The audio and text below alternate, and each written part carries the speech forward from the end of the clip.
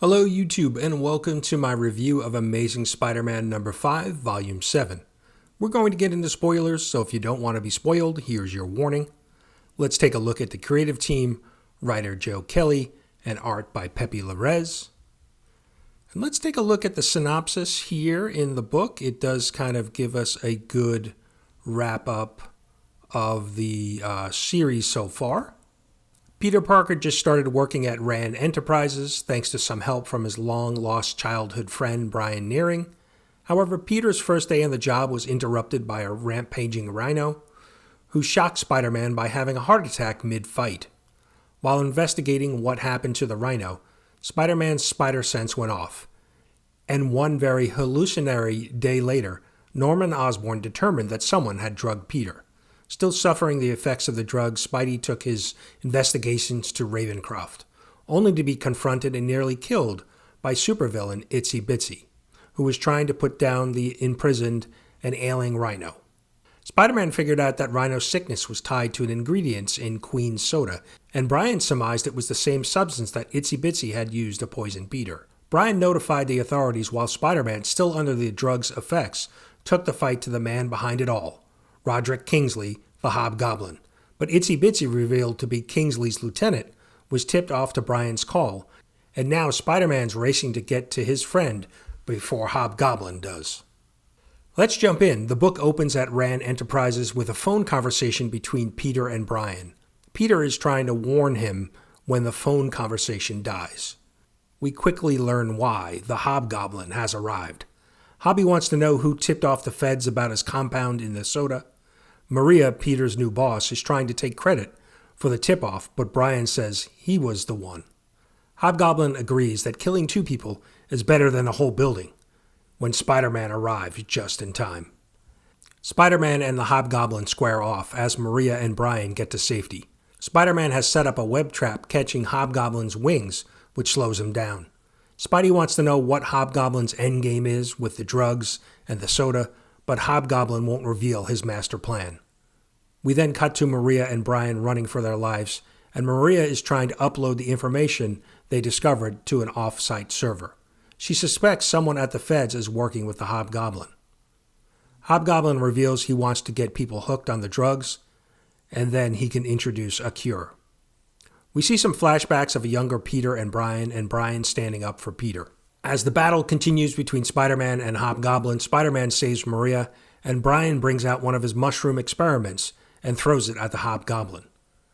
With Spider-Man's help, the mushroom gets inhaled by the Hobgoblin and causes him to hallucinate. He sees all kinds of different spiders here in this great splash page.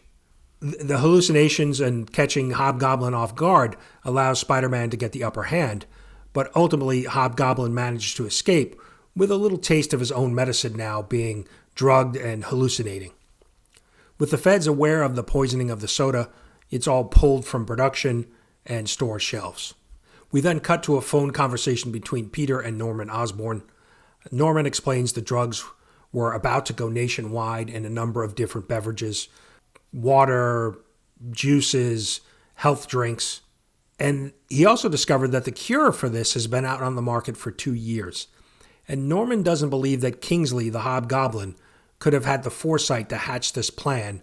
Norman tells Peter that he's got his people working on this, behind the scenes, and that it is his goal to destroy Kingsley as part of his atonement for being the Green Goblin.